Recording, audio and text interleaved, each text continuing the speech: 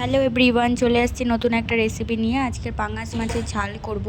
এটার জন্য মাছগুলোতে প্রথমে আমি ভালোভাবে ধুয়ে নিয়েছি, নিয়ে নুন তেল মাখিয়ে নিয়েছি, হলুদ দিয়ে দিয়েছি। তেলটা দেওয়ার একটাই কারণ, পাঙাশ মাছ প্রচুর ফাটে, আর পাঙাশ মাছ প্রচুর ফাটার কারণে তেলটা দিলে ফাটাটাও একটু কম হয়, সেই জন্য পাঙাশ মাছে তেল দেওয়া।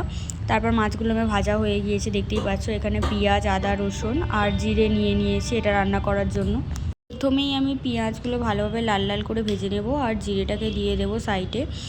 এটা ততক্ষণ পর্যন্ত ভালোভাবে নেড়ে নেবো যতক্ষণ না একটা লাল লাল ভাব চলে আসে। পেঁয়াজগুলো লাল লাল ভাব চলে আসলে আদা রসুনের পেস্টটাকে দিয়ে দেবো, দিয়ে এটাও ভালোভাবে নেড়ে ছেড়ে নেবো, কারণ আদা রসুনের গন্ধটা যতক্ষণ না যাবে ততক্ষণ একটু ভালোভাবে নেড়ে ছেড়ে নেবো। নিয়ে পরিমাণ মতো নুন দিয়ে দেবো।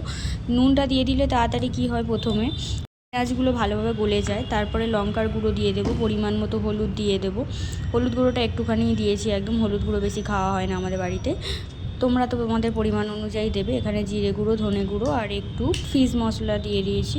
সব কিছু মশলা দেওয়া হয়ে গেলে ভালোভাবে নেড়ে চেড়ে নেব যতক্ষণ না এই মশলাটা ভাজা ভাজা হয়ে আসছে। মশলাটা ভালোভাবে ভাজা হয়ে গেলে একটু জল দিয়ে এটা ভালোভাবে কষিয়ে নেবো। জল দিয়ে যখন পুরোপুরি কষানো হয়ে যাবে, একটু একটু করে জল দেবো, বেশি জল দেবো না একসাথে। এটা কষানো হয়ে গেলে তখন পুরোপুরি জলটা দিয়ে দেবো। পুরোপুরি জলটা দিয়ে এটা ফুটতে দিয়ে দেবো, মাছগুলো দিয়ে দেবো। তখন মাছগুলো দিয়ে ভালোভাবে একটু নেড়ে চেড়ে নিয়ে এটা ফুটতে দিয়ে দেবো। এটা ফুটে উঠলে বুঝতে পারবে, ফুটে উঠলে নামিয়ে নেব। আর কম সময় এই পাঙাশ মাছের ঝালটা সবাই একটু ট্রাই করো। কেমন লাগলো কমেন্টে জানিও, ভালো লাগলে লাইক কমেন্ট শেয়ার করে দিও। আজকের রেসিপি এই পর্যন্তই, কালকে দেখা হবে নতুন একটা রেসিপি নিয়ে। আপাতত ভালো থাকবেন, সুস্থ থাকবেন, আর কেমন হয়েছে অবশ্যই কমেন্টে জানাবেন।